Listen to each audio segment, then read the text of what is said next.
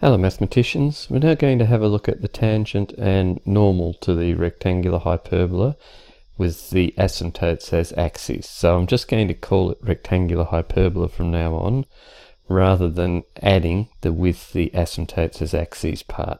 Hopefully you'll know what I mean. So the equation for the tangent and normal to the rectangular hyperbola can be found by calculating the slope at the point in Cartesian form or parametric form. So if we start off in Cartesian form, we're just going to get dy dx equals minus y on x equals minus c squared on x squared. And you can just make y the subject. I suppose you could also do implicit differentiation, but it's hardly worth the bother just there. In that case, we've got our expression for the slope anywhere. So we get it at the point x1, y1. And then we simply use our equation for the straight line to get the tangent, and likewise for the normal. If we have the parametric equations, then we're just using our chain rule. Dy dx is dy dt times dt dx, or again, as I prefer to do it, dy dt over dx dt. So we just simply differentiate each of the parameters, which is straightforward, and we get minus 1 on t squared as the slope of the hyperbola at any point.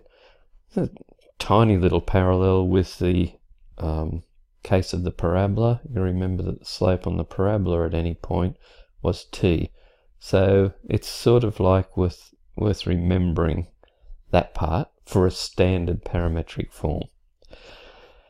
Then, of course, we go to our equation for the straight line as above, and we can get the equation for the tangent.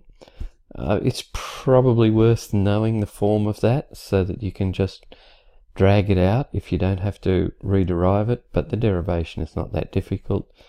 And likewise, the equation for the normal is this one here. So let's have a look at a problem, typical problem.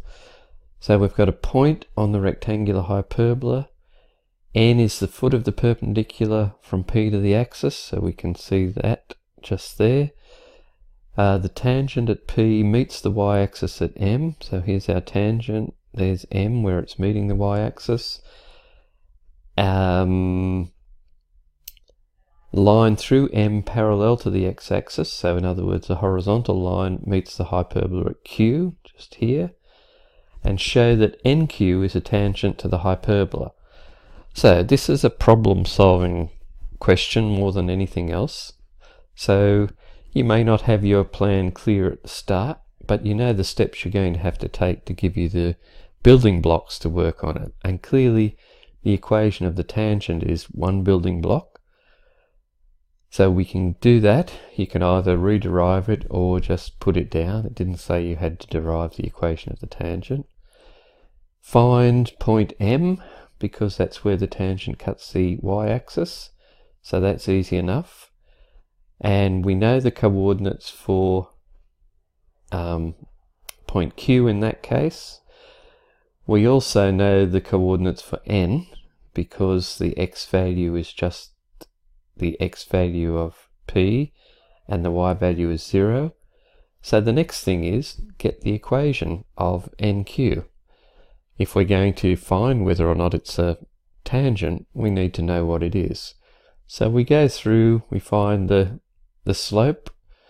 So this is just the equation y minus y1, and I've taken this point as the x1, y1, because then I don't have to worry about y1 essentially. So this gives me the equation of the tangent, sorry, the equation of the straight line. And if this straight line is a tangent to the parabola, we know it will only meet in one point. How do we find whether or not it meets at all, or where it meets? We solve equations simultaneously. So if we do that, set about solving them simultaneously, we know how to do that, then unsurprisingly we get a quadratic at this spot here. And then we again have to think about how we can use that. So this is very similar to a parametric problem in extension 1.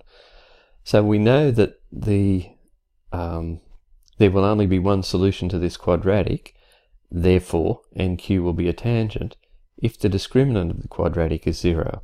So we don't have to go through and solve the quadratic and find the point, we just want to know that there will only be one point. So when we test that, we find that the discriminant is actually 0, so therefore NQ is a tangent to xy equals c squared. Now for our next example, we've got 2 points on the rectangular hyperbola, and we've got to find the locus of the midpoint of the interval PQ. So we plot 2 points anywhere on our hyperbola. I guess in theory, they don't even... Oh yeah, they do have to be on the same branch because they're the same sign. You certainly don't have to get them in this order. It would work just as well, but I've done it this way because obviously CT on 2 is a smaller value than CT.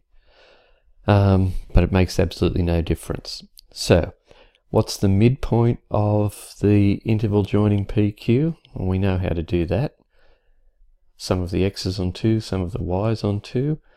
So from that we get the x-coordinate of the midpoint, the y-coordinate of the midpoint, and we know then if we want to describe the locus of that midpoint, we really just have to eliminate the parameter from these, so we can get a Cartesian equation. So make the parameter the subject of one of them, and I've just picked the first one, it's pretty much the same level of difficulty.